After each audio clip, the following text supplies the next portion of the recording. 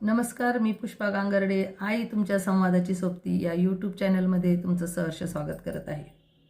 आता आपण मुलांना प्रत्येक कृती करताना संभाषण करायचं या विषयावर मार्गदर्शन या चॅनलमध्ये चालू आहे।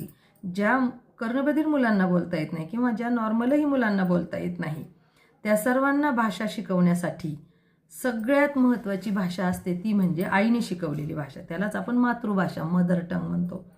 आणि आई संभाषण कुठं करत असते? जेव्हा बाळ लहानाचं मोठं होत असतं, ती जेव्हा स्वयंपाकघरात असते आणि ते स्वयंपाक करताना किंवा घरातील सर्व जबाबदाऱ्या पूर्ण करत करत तिच्या बाळाचं संगोपन करत असते आणि त्याच वेळेस त्याची भाषा डेव्हलप होत असते।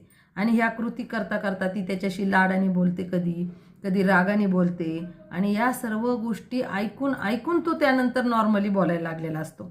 आणि हीच पद्धत आपण कर्णबधिर मुलांसाठी पण अवलंबवायची आहे। फक्त विषय असा आहे की त्यांनी नीट ऐकलंय का? पहिली गोष्ट आहे त्याने मशीन घातलेली पाहिजे। ही पहिली गोष्ट आहे की आपण त्याला किती पर्सेंटेज ऐकू येत नाही ते सर्व टेस्ट करून येणे आणि त्याच्या पर्सेंटेज प्रमाणे त्याला दोन्ही कानाला मशीन घालणे आणि त्या घातलेल्या मशीन त्याने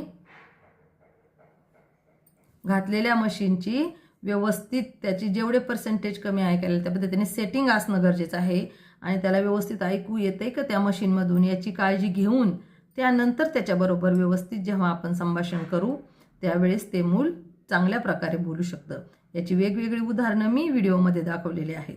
आता सगळ्यात मोठी भाषा शिकण्याचं माहेरघर म्हणलं तरी चालेल ते म्हणजे आहे ते स्वयंपाकघर।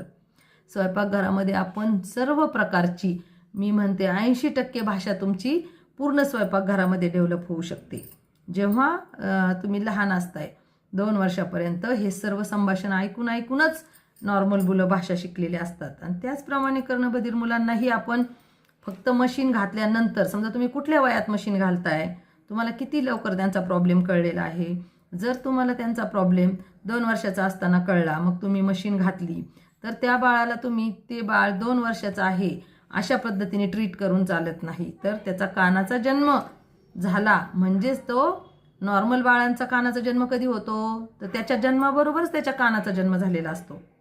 परंतु ज्या मुलांना ऐकू येत नाही त्या मुलांच्या कानाचा जन्म कधी झाला तर तुम्ही जेव्हा मशीन घातली तेव्हापासून त्यांच्या कानाचा जन्म झालेला असतो। म्हणजे त्यांना पहिल्यापासून सर्व भाषा ऐकायची असते, जी भाषा त्यांनी पूर्वी कधीही ऐकलेली नसती। पण आपण वयाच्या प्रमाणात त्याच्याशी बोलतो की बाळ 2 वर्षाचं आहे, मला 2 वर्षाच्या बाळाला कसं भाषा बोलल्यावर कळते त्या पद्धतीने आपण त्याच्याबरोबर बोलायला लागतो।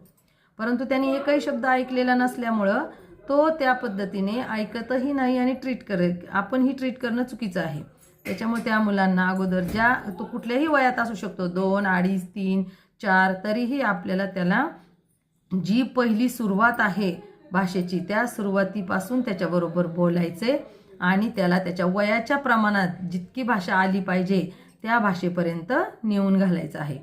आणि त्यामुळं ती स्वयंपाकघरात आई स्वयंपाक करत असेल तर प्रत्येक गोष्ट करताना तिने आपलं बाळ जवळ घेऊन ती कृती करताना त्याला वेगवेगळ्या प्रकारची भाषा दिली पाहिजे आणि ती भाषा त्याने त्या पद्धतीने त्याला ऐकवली पाहिजे। पहिली एकतर 1 वर्षभर त्याला ऐकण्यास लागतात आणि त्यानंतर तो जेव्हा एक एक शब्द बोलायला लागेल त्यानंतर त्या शब्दाला धरून त्याची पूर्ण वाक्य 2 शब्दाची वाक्य 3 शब्दाची वाक्य त्याच्याकडून बोलून घेतले पाहिजेत आणि अशा पद्धतीने त्यांची भाषा डेव्हलप होते।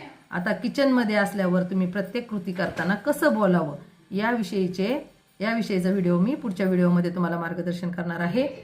यासारखे व्हिडिओ पाहण्यासाठी या चॅनलला लाईक करा, सबस्क्राईब करा, शेअर करा। धन्यवाद।